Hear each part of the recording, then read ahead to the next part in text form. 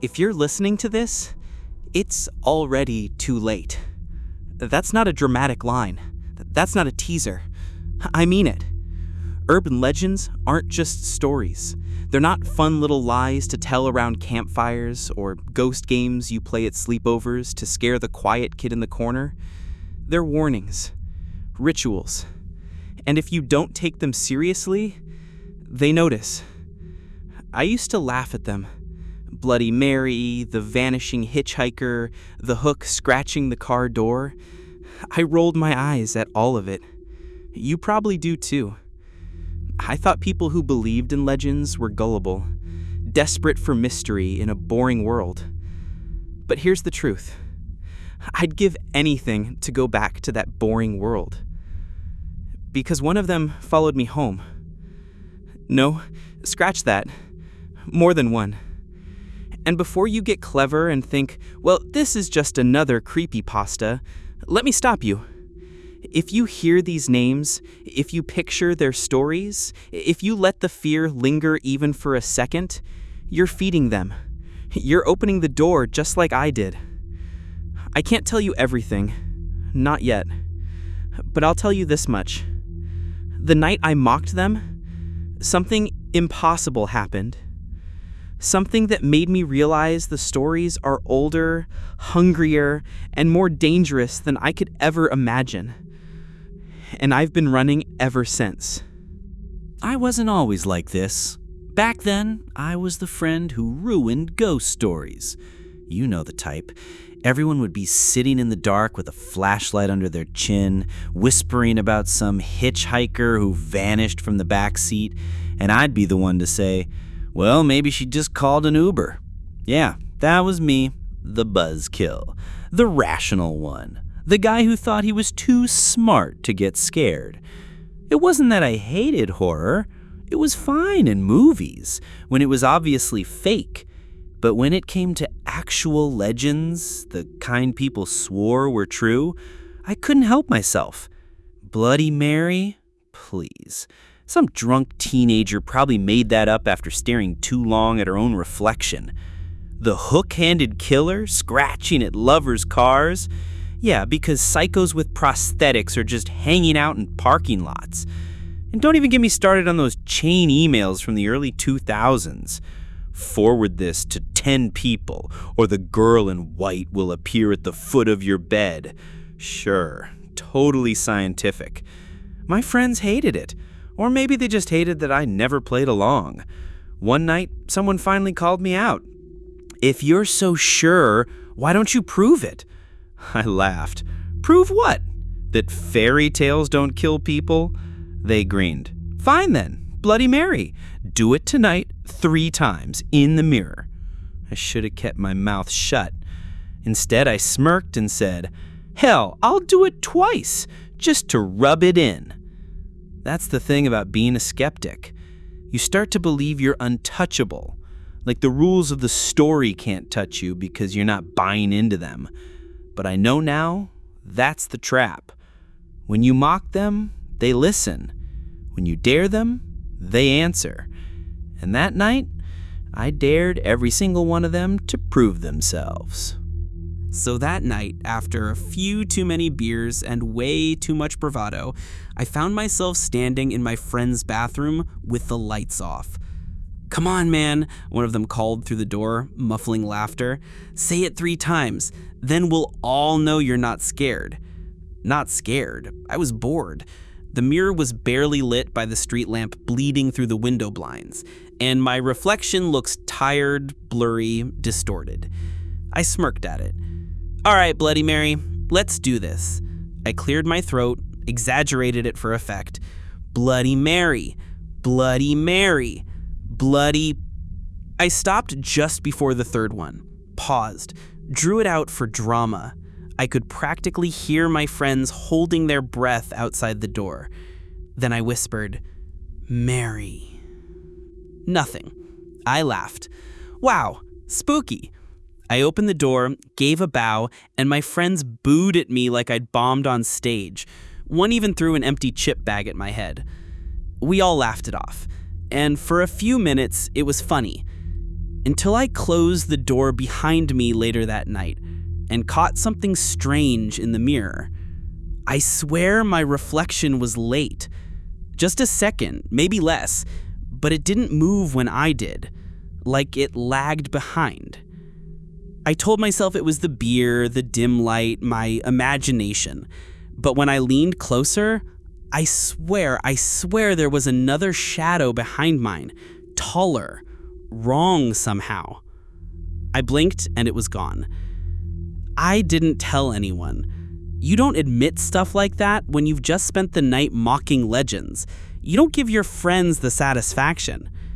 But I'll tell you this, when I turned out the bathroom light, I heard something scrape against the mirror, a sound like fingernails dragging across glass. That was the moment I should have stopped. That was the moment I should have taken it all back, apologized, sworn never to joke about it again. But I didn't. I went to bed that night laughing at myself, shaking it off, pretending nothing happened. And that's the problem with pretending. The more you ignore them, the closer they get. The next few days, I convinced myself it was nothing, just my drunk brain playing tricks. Mirrors can be weird like that. But legends, they don't stay where you leave them. They migrate. I learned that the hard way. The first sign came while driving home late one night. Empty road, headlights cutting through the dark. Out of nowhere, she was there. A girl in white, standing on the shoulder, thumb out like she needed a ride. For a split second, I thought about stopping, but something about her face, too pale, too blurred, made my stomach turn. I blinked, and she was gone. I didn't imagine it. The radio fizzled with static the exact second she disappeared. A couple nights later, I was home, scrolling through my phone, when I heard it. Scratch, scratch, scratch. I froze. The sound came from my bedroom window. At first, I thought it was tree branches. Then I remembered I don't have a tree outside that window. When I finally worked up the courage to look, there it was. A hook, rusted, tapping against the glass like it wanted in. No hand attached, just the hook, dragging itself across the pane. I slammed the blind shut, didn't sleep a second that night. And it didn't stop there. 2 days later, I was at work, perfectly normal afternoon. I stepped into the elevator to go grab lunch, and the doors tried to close hard, like something was shoving them shut. I barely got out in time. The security guard swore there was no malfunction, but I swear, when I glanced back, the button panel lit up by itself all the way up to the 13th floor. We don't even have a 13th floor. That was when I stopped laughing. Every story I'd mocked was bleeding into my reality, piece by piece. The hitchhiker, the hook, the cursed elevator game. Like I'd opened a door and every legend wanted its turn to walk through. And the worst part? They weren't random. Each one tied back to something I'd dismissed out loud, something I'd joked about. It was like they'd been listening, taking notes. In the daylight, I could almost convince myself it wasn't real. Sunlight made everything feel normal, safe, explainable. But once night fell, the dread came creeping back. Every shadow seemed too deep, every silence too heavy. I started asking myself questions I didn't want answers to. Why me? Why not my friends? Why wasn't anyone else seeing these things? Unless it wasn't random. When the legends wouldn't stop bleeding into my life, I did the only thing that made sense. I went online. At first, I found the usual garbage. Reddit threads, ghost hunter forums, grainy YouTube videos with text-to-speech voices warning me about cursed rituals. I almost gave up, but then I found something different. A username that didn't post stories, didn't share videos, didn't chase clicks. Just one cryptic comment buried under a thread about the elevator game. You've already broken the first rule. Stop before you break the rest. I messaged them, and somehow they answered. We met in person a week later at a used bookstore that smelled like dust and old paper. He called himself the archivist. Not a name, more like a job title. He looked tired, like someone who hadn't slept in years, and when I asked why he agreed to meet, he just shrugged. You've already fed them by telling me this much. At this point, another mouthful doesn't matter. I laughed nervously. Fed them? They're what? Real? He stared at me, dead serious. Not real in the way you think. They're parasites, stories that grew teeth. Every time you mock them, retell them, doubt them, you're feeding them. You've broken rule number 1. Never mock them aloud. Something in my stomach dropped. So you're saying this is my fault? He's saying they marked you. They heard your laughter. They smelled the arrogance. Now they want to prove themselves. I wanted to argue, to tell him he was insane, but then he opened a leather notebook and flipped through page after page of handwritten accounts. People who vanished after Bloody Mary. Couples who never returned from a midnight drive. Janitors crushed by elevators that shouldn't have been working. Names. Dates. Photos. It wasn't creepypasta. It was a case file. And the further I read, the more a horrible pattern emerged. Every victim had mocked the legend first. I pushed the notebook away. Why me? Why not anyone else? Because you dared them, the archivist said simply, and they never ignore a dare. I sat in silence, trying to process. For the first time, the legends weren't funny anymore. They were hunting me because I made myself a target. After meeting the archivist, I told myself I could just stop. Ignore the stories, shut it all out, and they'd leave me alone. I was wrong. The legends didn't fade. They multiplied. It was like once I noticed them, they noticed me back. One night, I was on call with a friend. I told him what was happening. He laughed, said I'd lost it. Then, half joking, he whispered into the phone, "Bloody Mary, Bloody Mary, Bloody..." The line went dead. When I called back, his phone was disconnected, permanently. The next morning, his apartment was empty. Not just him. Everything. Clothes, food, toothbrush. Like he'd never lived there at all. And I know what you're thinking. Maybe he moved. Maybe he blocked me. But explain this. When I looked into my bathroom mirror that night, his reflection was standing over my shoulder, smiling. I smashed the glass with my fist. The cut should have healed by now. It hasn't. It didn't stop there. I started getting messages on my laptop, anonymous accounts, threads that disappeared after I clicked them. One night, a DM popped up. "We see you." Another, "Don't stop telling the stories. You're feeding us." I threw my laptop across the room. And the mirrors, God, the mirrors. At first, it was small, faces that didn't belong, shapes shifting where mine should be. But now, they move when I don't. I stop shaving. I keep every reflective surface covered. But sometimes, when I'm walking past a window at night, the reflection waves at me. I haven't slept in days. Daylight used to give me comfort. Now it's just an intermission. The moment the sun dips below the horizon, they're waiting. My humor, the sarcastic comments, the smirks, it's all gone. All I have left is fear. And still, I know it's building towards something worse. The archivist warned me about a legend he wouldn't name. Said some stories are too dangerous to repeat, even in whispers. One legend is worse than the rest.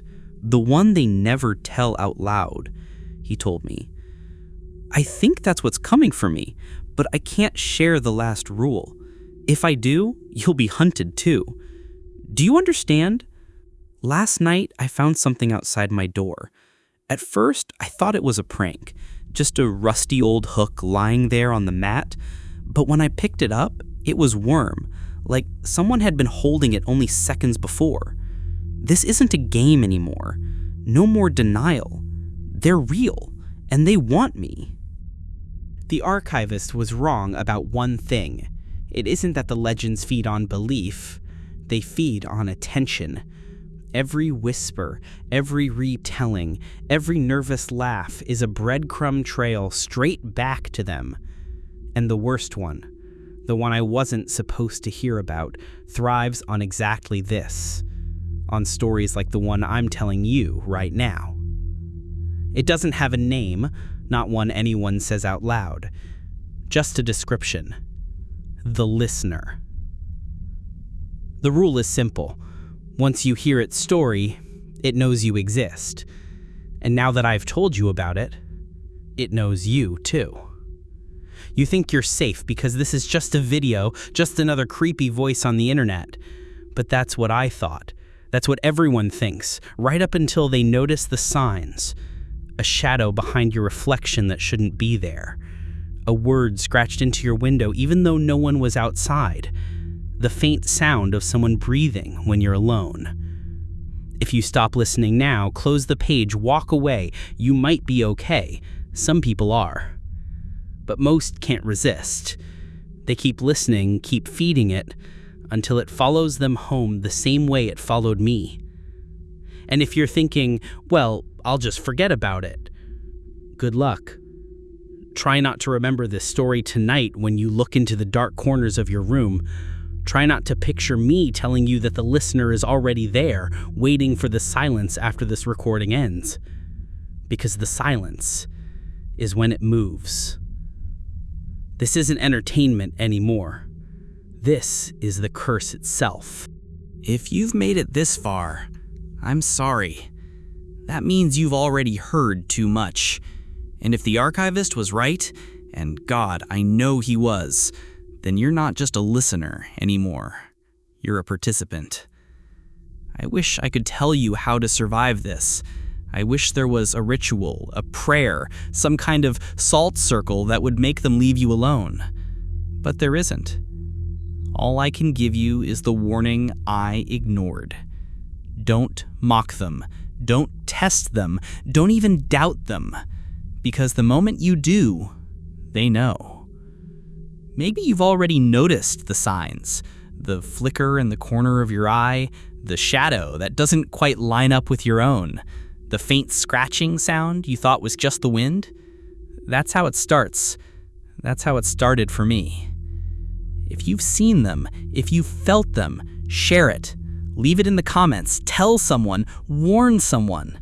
The more people know, the more they might hesitate before making my mistake. But be careful.